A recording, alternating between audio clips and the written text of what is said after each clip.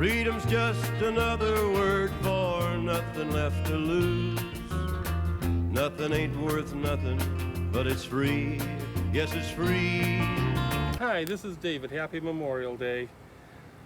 I posted a message earlier today, which I gave last Memorial Day, because between now and then our world has changed a lot, and that was a very nice message about the Battle of Baltimore and the origins of our national anthem. It's a nice piece of history, very patriotic, and I would encourage you to watch it if you have not already, and I will put the link in the description box below. Okay, so the day after I posted that message, our whole world became unraveled, at least our country, and really the world. Watching a police officer kneeling on the neck of a man for 8 minutes, all the while looking into the camera, and the whole country watched in horror, and it was a terrible thing to see. And the response should have been, everybody in the country said this is inappropriate, this is not acceptable, but the response of burning our cities and calling to defund our police and everything, that did not take our country in any kind of positive direction.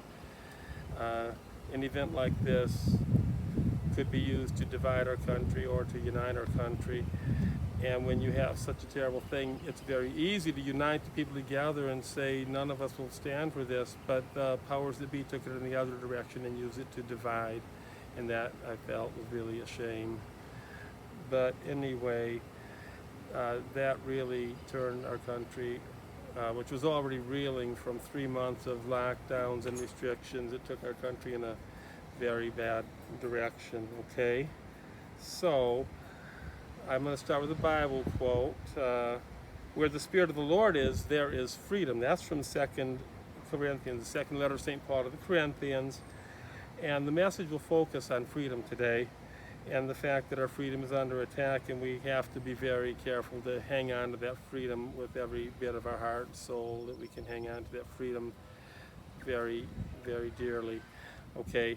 Because if you think about it, where the Spirit of the Lord is, there is freedom, is logically equivalent to saying where there is no freedom, there is no Spirit of the Lord.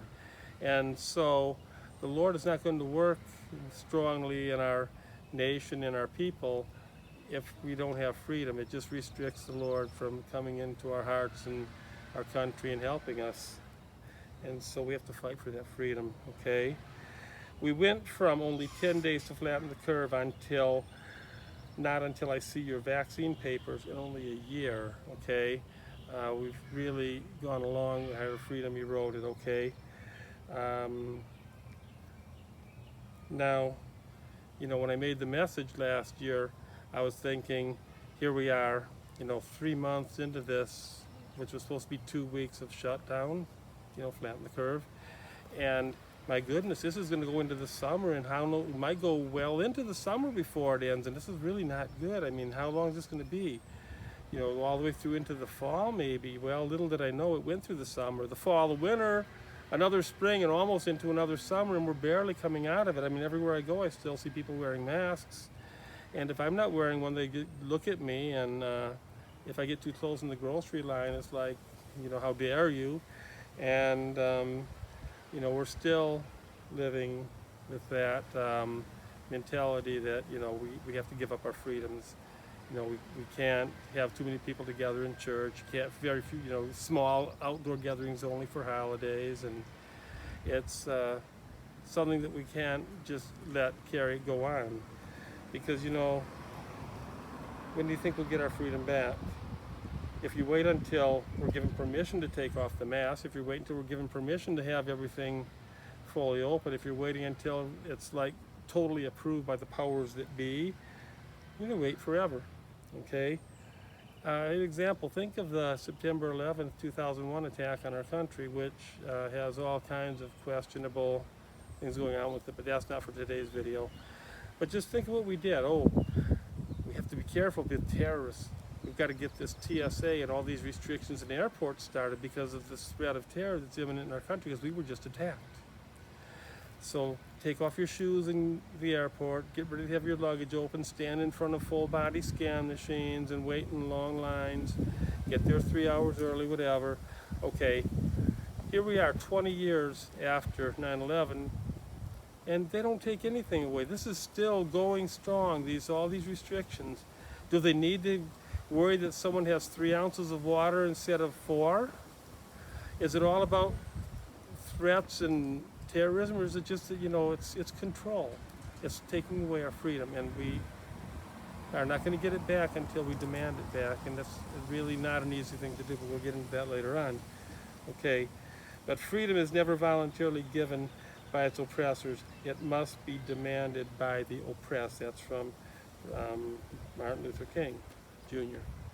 Okay, and it's true. Okay, but who are the oppressed and who are the oppressors?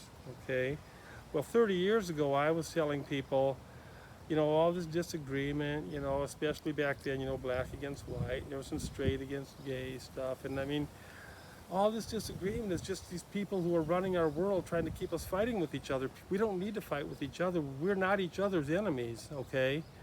And I used to say that years ago, and now it's being more and more said by a lot of people, which is I'm glad to see. And if we read this next picture here I posted, there is no black versus white. There is no Republican versus Democrat. There is no gay versus straight. There is no atheist versus fanatic. There is no rich versus poor, and there is no left versus right. There is only us versus them. The labels with which we identify ourselves and others only keep us divided and fighting each other instead of fighting back. Okay? And I'd say it's not in the nature of people. It's not in the nature of people to hate each other. But then, who are the people that want to keep us fighting? Well, consider a rather disturbing fact. The 1% of the wealthiest people in the world control more wealth than the bottom 50%, and they control much more than they need, and even many of us, I have a fairly comfortable life, but there are a lot of people that maybe don't have as much as me, as much as I do. But, all of us could live without the struggles, but these very, very wealthy people want to control the world, control the laws, okay? These elites. And one of the methods they do this is here's some of the methods. Okay, first of all, how they keep us enslaved. This little credit card right here, okay, keeps a lot of people in credit card debt, along with the commercials that tell people they have a right to have everything they want. They push instant gratification and use guilt to make people think they got to buy so many things for their kids. What the kids really need is some of the time the parents give them their time and their love, instead of having to work 2 jobs each to have enough money to give them the material things that the commercial world will tell them they need to give their kids. This here keeps us enslaved. Every time this cell phone, it's with us 24 hours a day, 7 days a week. All of our waking hours, for some of us even when we're sleeping, every time it beeps, rings, vibrates, or flashes, they gotta grab it. What's the message? Who's want this? Continuously tied to that cell phone. And then things like this very unfair tax system we have, and money being wasted. Well, it's coming out of our pockets, wasted by people who are only benefiting from this evil system. So we have to know that these people are wanting to keep us divided and enslaved. And what's their major way they do it? They keep us fighting against each other, okay? That's not good. Okay, so we have a lot more in common than we have that's different. People are people. We have a lot in common. We're all children of God, born with the right to be free. So it doesn't matter, whether we're gay, straight, black, white, brown, yellow, red, male, female, pro-life, pro-choice. I'm not in favor of abortion, but, these people that are, remember, most of them are misled. They're misguided by the system. If they could be open up to the truth, no mother in her right mind would be fighting for the right to kill her own child. The fact that they were able to twist this around and use whatever methods they have to get people to believe that just shows the power they have to control our minds.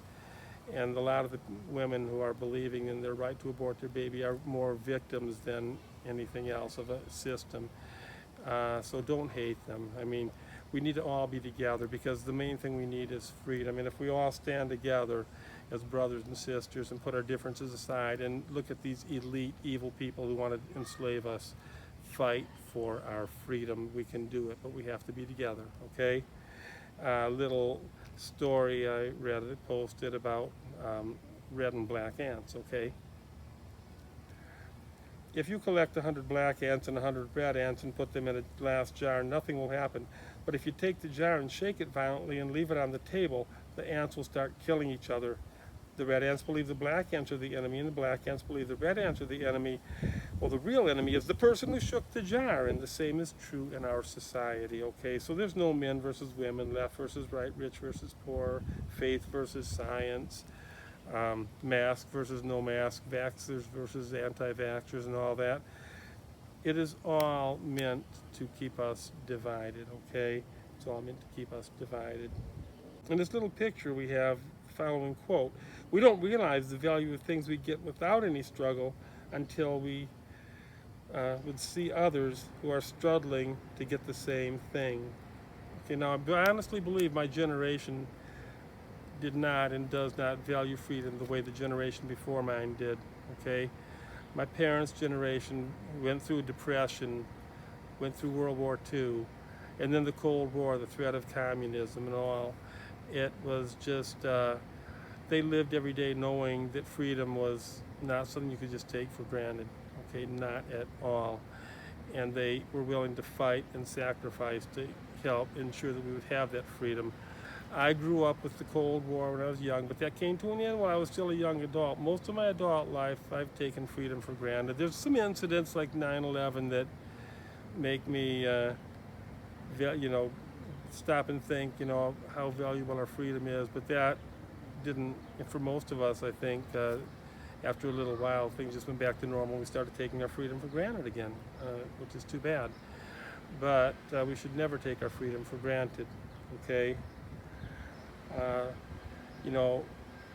Our parents, our teachers in our schools, preachers, ministers in the churches, they need to be doing everything they can to teach children about the value of freedom.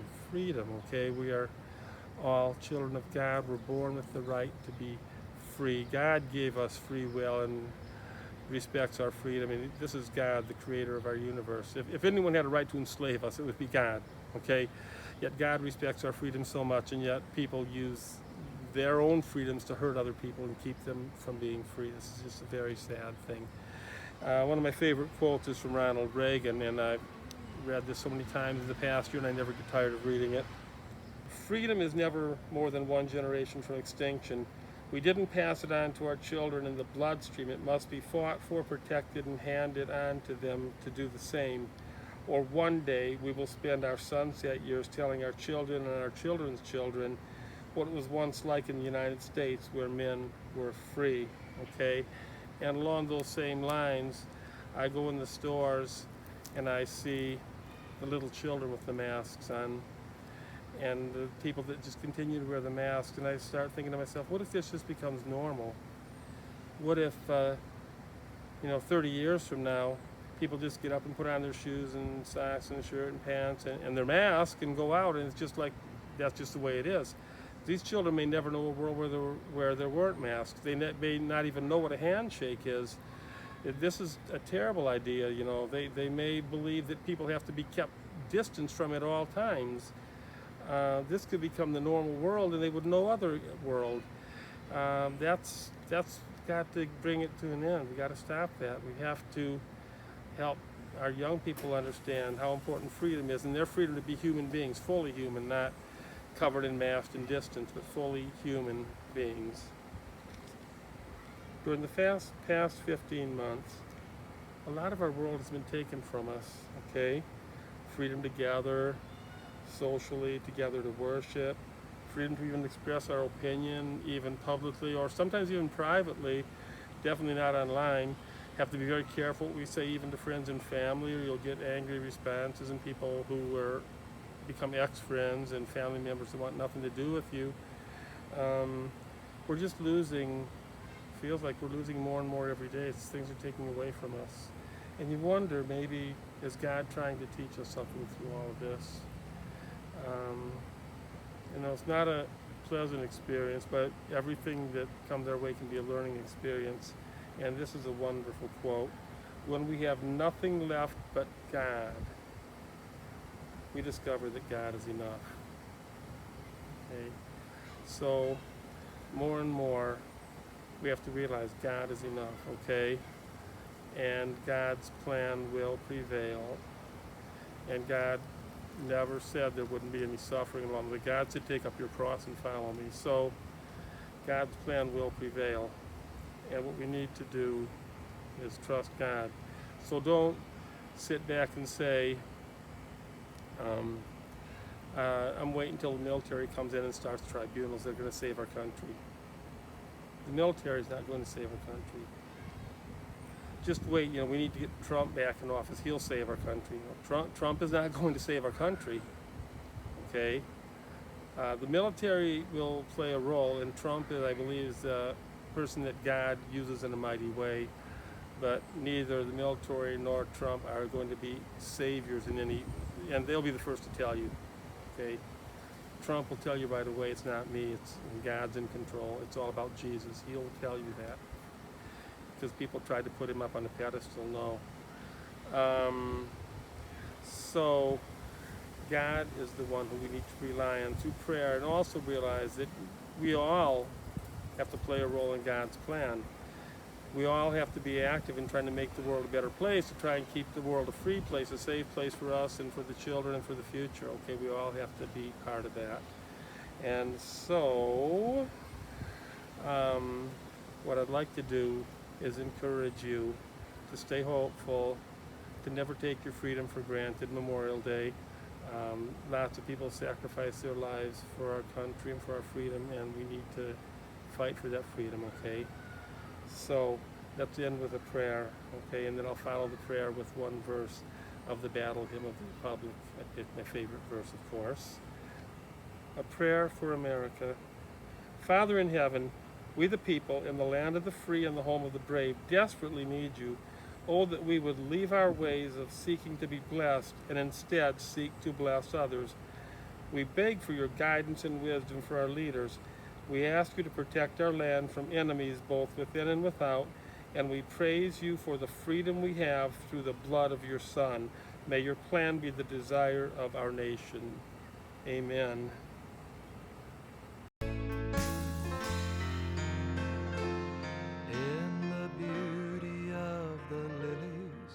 Christ was born across the sea, with a glory in his bosom that transfigures you and me. As he died to make men holy, let us live to make men free, while God is marching